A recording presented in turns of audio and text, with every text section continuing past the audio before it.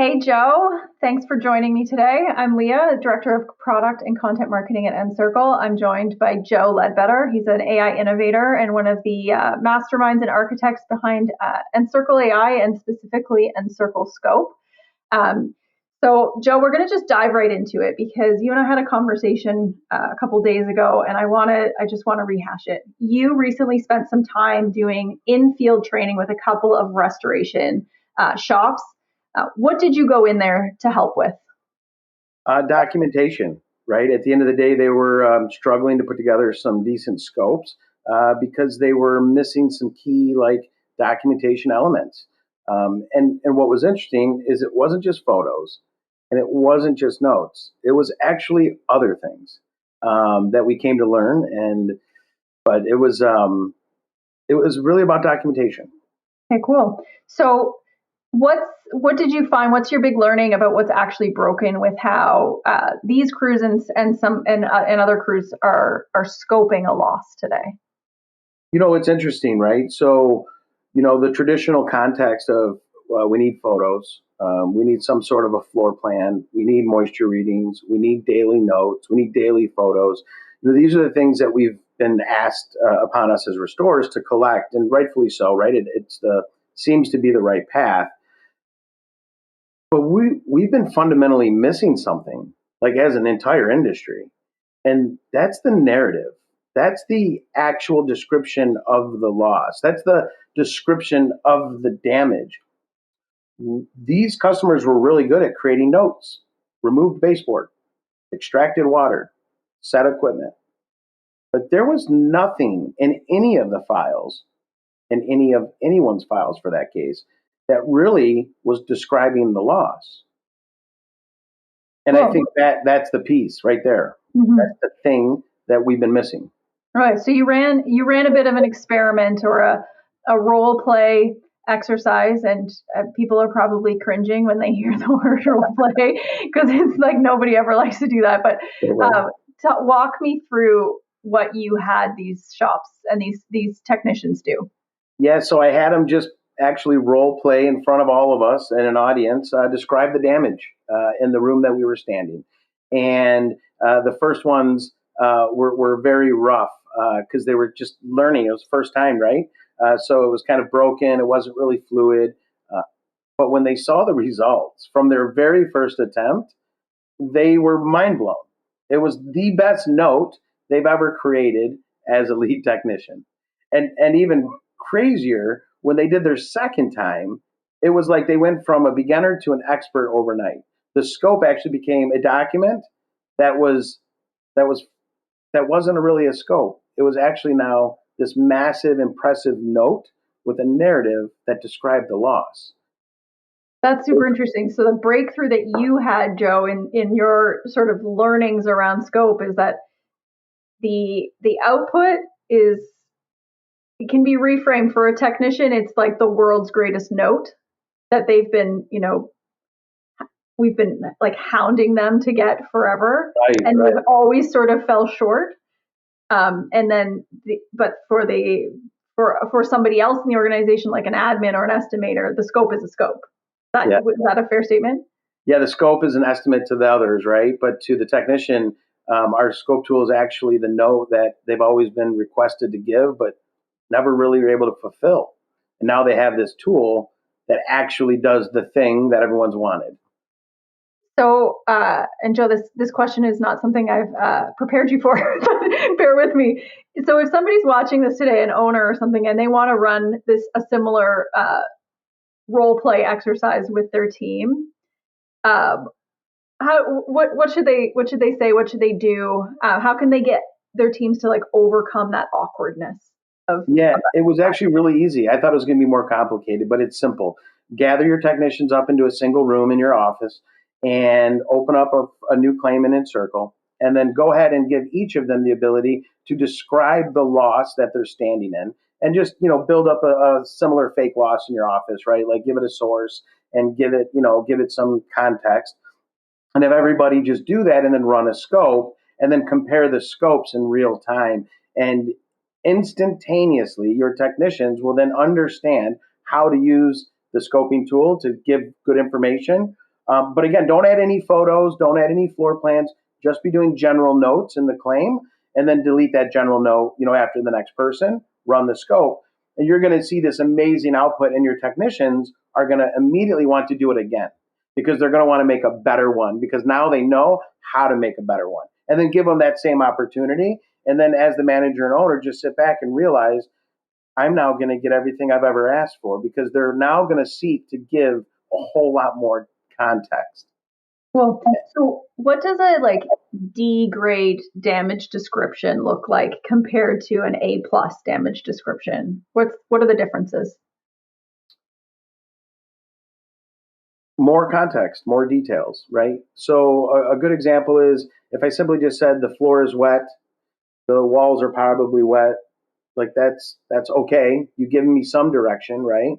But if I say I'm standing in a kitchen on wood floors and they are wet, there's drywall installed on the walls and they are wet, right? So just describing the environment versus the generics of the environment, that separates your output and your scope exponentially. Yeah, I almost picture it like you're on the phone with somebody who can't see what you see and you're trying to describe it. 1,000%. So let's pretend like FaceTime doesn't exist and you got to explain to your boss everything.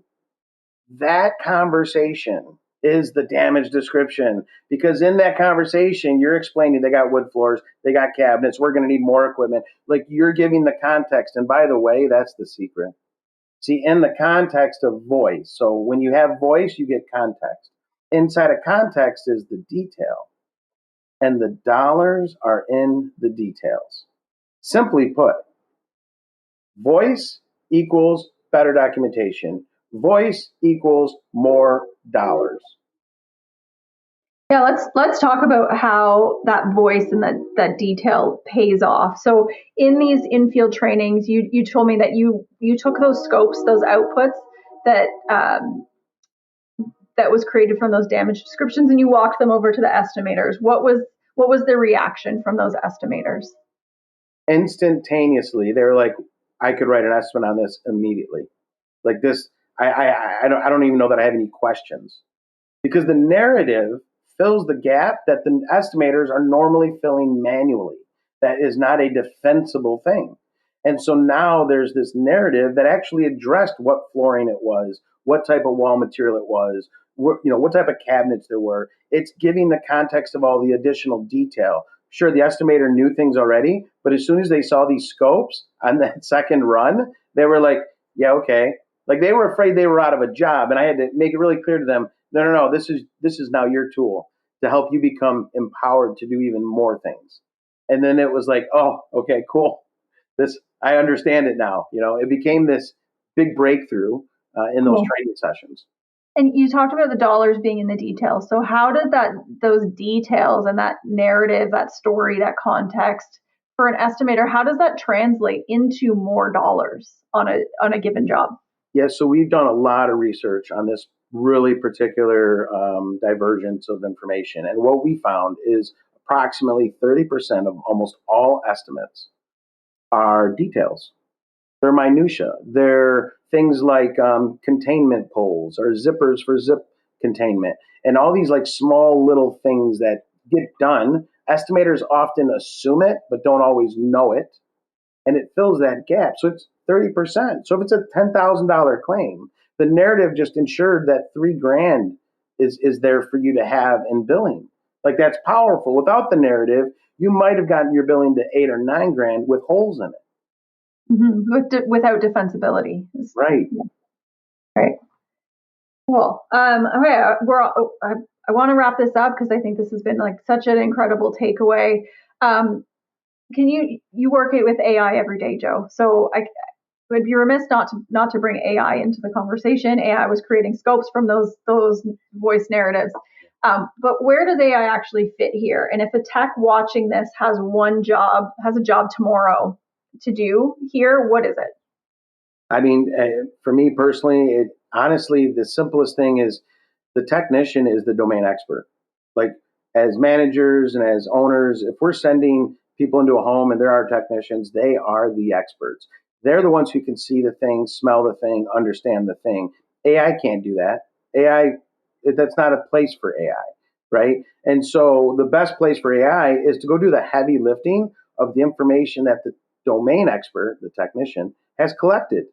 And if the technician did a great damage description and has taken their photos and gotten their floor plans, there's where AI shines. Because now it can take all this real time field data and do something purposely with it instead of it just sitting in your CRM waiting to be reviewed by somebody.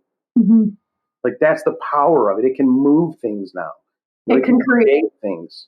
create the world's greatest note. It can create the world's greatest note for that technician. Cool. And then from that world's greatest note, it creates the world's greatest scope for the estimator. And I want to ask you about, just before we wrap, talk about what's next. So the estimator, we have the world's greatest note into the world's greatest scope in the hands of the estimator. What's next? Well, what comes next is, I got goosebumps, to be honest with you, because it's quite remarkable. But what comes next is an estimate in Xactimate.